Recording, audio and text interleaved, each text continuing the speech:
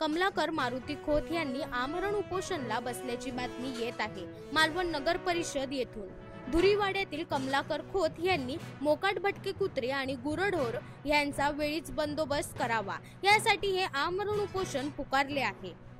नगर परिषदेचे मुख्याधिकारी यांच्यावर कमलाकर खोतांनी टीका यावेळी केली। या उपोषणाला मालवण मधील नागरिकांनी आणि उद्धव बाळासाहेब ठाकरे गटाच्या मालवण पदाधिकाऱ्यांनी पाठिंबा दर्शविला।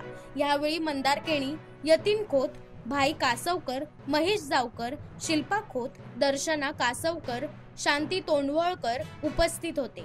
पर्यटनाची राजधानी ऐतिहासिक स्थळ मालवण म्हणून मिरवणारे मोकाट जनावरे यांचा प्रश्न ऐरणीवर आहे। आज काळाची गरज आहे। निर्बीजीकरण तथा अँटी रेबीज तसेच रस्त्यावर अनेक अपघात होत आहेत। अनन्य नुकसान देखील होतंय। या मालवण शहरातील लोकांचं तथा मालवण मध्ये येणाऱ्या पर्यटकांना देखील अनेक त्रासांना सामोरे जावं लागत आहे। शिल्पा यतीन खोत यांनी लोकनिर्धारशी संवाद साधताना खडे बोल सुनावत एकजुटीने सर्व एकत्र व्हा तरच इतिहास घडेल अशी वाच्यता केली।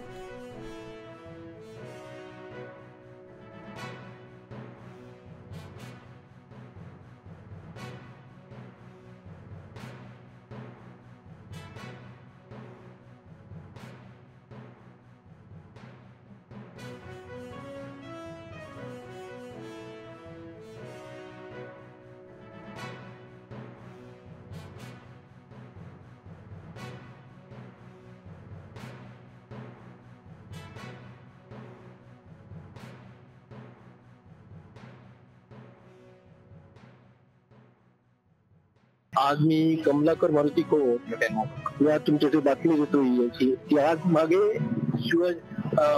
राजकोटच्या शिवाजी पुतळ्याच्या कारण ते पंतप्रधान नरेंद्र मोदी त्या टायमात आले। त्या टायमात हे जिरगे साहेबांनी ढोरं कुत्रा मांजरा सगळा बंद केल्यानी आणि मोदीला एक न्याय आणि कमलाकर खोत गावच्या मालवणच्या लोकांचा दुसरा न्याय ह्या मोठा खंत वाटतं या गोष्टीची। काय जसं मोदी जसं निर्णय दिला तसं आमचं बोगडा या तसंच प्रश्न पडला। मोकाट कुत्रे मोकाट गुरा यांची दखलच घेणार ना 3 वर्ष झाली। मोदीच्या टायमात तुम्ही तडकाफडकी तुम्ही मांजरा कुत्रा धरलात, घरा पण धरलात आणि आता हे आम्ही आता 4था उपोषण आहे माझा। 4थ्या उपोषण न्याय पण मिळणार नाही। आणि एक माझा सांगासारखी गोष्ट असं वाटतं की माझा एका मिलिटरीवाल्याचं पोरगो आहे मी कमलाकर खोत आणि माझे वडील मारुती विष्णू खोत हे बॉर्डरला होते, रंगून मध्ये होते आणि त्या हेतून देशाची सेवा त्या माणसाने केली गळ्यात तेल घालून आणि 1942 ते 46 ह्या कालावधी आणि त्या माणसं रिटायर झाले आणि त्या माणसाचा आज मुलगो न्यायासाठी वन भटकता त्याला न्याय मिळणार नाही ही मोठी दुःखाची गोष्ट वाईट वाटतं आपल्याला आणि अंगात कळतळणारा मिलिटरी झालं करत आता अंगात पण स्वस्त बसायला देणार नाही। आता मी आमरण उपोषण चौथ्यांदा वैभव नाईकच्या माध्यमातून यांनी सांगितलं करतो आज 5 महिने झाले जाग नाही काय नाही आणि आता ही संधीच मिळाली आणि आता तर म्हटलं आमरण उपोषणातच मी तयार झालोय। माझा जीवाचा काय कमी झाला नाही तरी चला पण आता सोडणारच नाही यांका मालवण मध्ये न्याय होईल आमका। आणि दुसरी गोष्ट या मोकाट गुराचो मोकाट कुत्र्याचो ह्यो मेन आणि दुसरी गोष्ट कचऱ्याचो आज कचरो ना जकड्याकडे कचऱ्याचं दुर्लक्ष करतं। आज मालवण मध्ये कुंड्या बसवलेल्या की अशी परिस्थिती बघितली नाही। रत्नागिरीत आमचे पाहुणे असत त्या पाहुण्यांकडे अशी नगरपालिकेची गाडी येता घंटा वाजवता आणि ती घंटा कचरो भितून वर कचरो सुको कचरोच्या गाडीत टाकतात आणि तो कचरा रस्त्यावर घाल नाही होणार आणि हे तर रस्ते बारीक आणि कुत्रे ढोरा जी येत ना जो कळपाच्या कळपात जातात आणि थंय जशी शिस्त तशी मालवण मध्ये पण शिस्त लावा ना। कचरो तुम्ही कुंड्यात ना ते उठून आकडा ना। आज बोर्डिंग ग्राउंडचं दादा बिडी येतं राजू बिडी येतं कुंड्या आणि इतकी घाण विहीर कंटात तशी आणि त्यातून ते चिंगळ ते काला बिला किंवा काय घाण पत्रान मारता कुत्रे ओढून काढतात आणि ह्या माणसाचं अजिबात लक्ष नाही। ह्यो माणूस फक्त ऑफिस मध्ये येता आणि घरात जाता वरशीक जाता ह्याच्या पलीकडे काम काय नाही करणार। आता मुख्याधिकारी असत मेन म्हणजे आधी तू राजा असं मालवणचा ही तुझी प्रजा असा प्रजेक 3 वर्षात छळता ह्यो माणूस आणि एका बदलू वय्या बदलीच्या ठिकाणी ह्याका कोणच उभं करणार नाही. आता नाही म्हटलं तरी वैभववाडीला नको म्हणतो, कणकवलीला नको म्हणतो आणि सावंतवाडीला नको म्हणतो. आज ते बघल्यानंतर काम यांचं काय त्या मालवणमध्ये मोकाटकुराची आरड असतात त्या. आता नाही म्हटलं तरी वेंगुर्ल्याची मस्तच पैकी असो प्रशासनाना कंगाळ म्हणा त्या माणसा एका वर्षापूर्वी 16 कोटीचा बक्षीस आणलं नगरपालिकेसाठी आणि अमेरिकेचे लोक पण त्याचा भेट देतात आणि इतका उत्कृष्ट माणूस कधीच आवाज उठवत नाही. आज क्रीडा संकुलानं पण ते बांधलेला मस्तच पैकी झाला. त्याचं नाव असतं कंगाळचा. असो अधिकारी येतात, ते अधिकारी तांबीवर रिकामी घेऊन येतात आणि तांबी भरून घेऊन जातात. त्याच्यावर लक्षात नाही जिरगे साहेब फक्त नगरसेवकाचा माहिती आहे. जिरगे साहेब मालवणच्या जनतेत कोण माहिती नाही कोण आहे. आणि वाईट वाटतं एरियात फिराक नको का? एरियात फिरत जाऊ ना, फक्त नमस्कार करता झाला. काम काय करतो ना तू? काय करतोस तर दाखवून देईल तू. आणि कोणा लोकांनी तोंडावर बघायचं का तुझ्या? हा आता ही ढोराची समस्या एवढी झाली. बाजारपेठेत मी काय म्हणतो फेरी अर्धो तास तरी देई ना, अर्धो तास फिरायला देऊळ बसून पुऱ्या मालवणमध्ये ग्रामीण भागाने जाऊ नको. पण तो फिरणं काय नाही, कष्ट नाही घेणार. अरे तू अधिक राजा असत, प्रजेत दुःख देतोस तू या. आणि आता बदली कोण बदली करतो यायची? त्याचा असंच ठेवल्याने 2 चीफ कलेक्टर 2 येऊन गेले, मंजुलक्ष्मी आणि तावडे. आता हे तिसरे येईल. काल तिसऱ्यांदा माका त्यांनी तलाठी आपण ओरसला बोलवलेलं बोलली तू म्हटलं नको हे ती आपण काही प्रश्न आणि असे प्रश्न जर सोडवून नसले तर उपयोग काय? मालवणवाल्यावर काय ते पाठवून तरी बडबडतात काय या नाही त्याचं काय अजिबात लक्ष दिलं नाही. आता फक्त येऊन सांगा केलं मिटवतो. त्याच्यामुळे मोठा प्रश्न असा, कचऱ्याचा पण असा आणि ट्रॅफिकचा पण. आता वरच नाट्य मंदिर झाला ना, ते तुम्ही गाडी बिडी लावा. बाजारपेठेत मोटरसायकली बिकली ते डेपो करा ना तुम्ही. ती समस्याची स्टॉल होतो आणि त्याच्यामुळे हालत बेकार किंवा अजिबात काम करणं नाही. माझ्या मताप्रमाणे या माणसाक बदली न करता एका सस्पेंड करा. या माणसाक सस्पेंड करा. माणूस लायकीच नाही, पैसे मिळवतात आणि बाकी काहीच नाही ना. चला बाकी काय नाही. सातत्याने 3 वेळा कमलाकर खोत हे ज्येष्ठ नागरिक हे मोकाट जनावर आणि मोकाट कुत्र्यांच्या समस्येबाबत या ठिकाणी उपोषणाला बसतायत. पण सातत्याने त्यांनी उपोषण करून पण कोणताही निर्णय गेले 7-8 महिन्यात त्यांना मिळालेला नाही. गेल्या 6 महिन्यापूर्वी त्यांना या मोकाट गुऱ्यांचे आम्ही व्यवस्था करतो, टेंडर केलेलं आहे सांगण्यात आलं, पण अद्याप टेंडर कोणी घेतलेलं नाही. त्यानंतर त्या गोष्टीचा कुठेही पाठपुरावा दिसला नाही. खऱ्या अर्थानं जर मोदी पंतप्रधान या ठिकाणी ज्यावेळी आले आणि त्यावेळी मोकाट गुरे आणि जनावरांचा प्रश्न तात्काळ मार्गी लावण्यात आला, मग ते आल्यानंतर जर एखादा प्रश्न तातडीने अधिकारी लोक जर तो मार्गी लावत असतील तर भविष्यात सामान्य जनतेला तोच प्रश्न जर भेडसावत असेल तर त्यासाठी प्रशासन एवढं तात्पर्य किंवा जास्त दखल त्यात का घेत नाही हा एक प्रश्न आहे. आणि प्रशासनाला आमचं असं म्हणणं आहे की मोकाट जनावर असतील हा प्रश्न हा मालवण शहराला आता मोठ्या प्रमाणात भेडसावत आहे.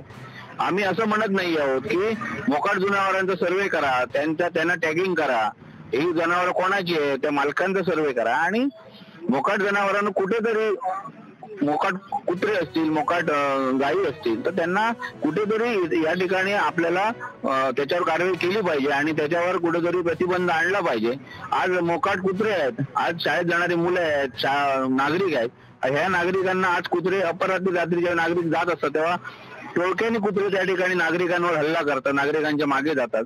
अनेक इन्सिडेंट या मालवण शहरात घडलेले आहेत, परंतु मोकाट कुत्र्यांवर आज कोणतीही कारवाई या ठिकाणी दिसत नाहीये. निर्विलीकरण त्या ठिकाणी आम्ही करत होतो, पण आता प्रशासकीय राजवटीत कुठेच त्या मोकाट कुत्र्यांवर कारवाई करताना दिसत नाही. पण हे फार मालवण शहरातले महत्वाचे प्रश्न आहेत. पर्यटनाची राजधानी असलेलं मालवण शहर जे आज जगाच्या नकाशावर कोरलं गेलेलं आहे, अशा मालवण शहरात आज प्रजासत्ताक दिन 2025 जो साजरा ठिकठिकाणी होतोय, भारतभर साजरा होतोय आणि आज आपण सगळे मालवण नगर परिषद येते श्री कमलाकर खोत हे स्वातंत्र्य सैनिकांचे सुपुत्र आहेत आणि स्वातंत्र्य लढ्यात त्यांच्या वडिलांनी लढा दिलेला आहे. असे हे व्यक्ती जे गेले 3 वर्ष या उपोषणाचा जो विषय आहे मोकाट जनावर, मोकाट कुत्रे या प्रश्नावर अगदी जिव्हाळ्याचा प्रश्न झालेला आहे आणि नागरिक समस्त मालवणवासीय फार त्रस्त झालेले आहेत.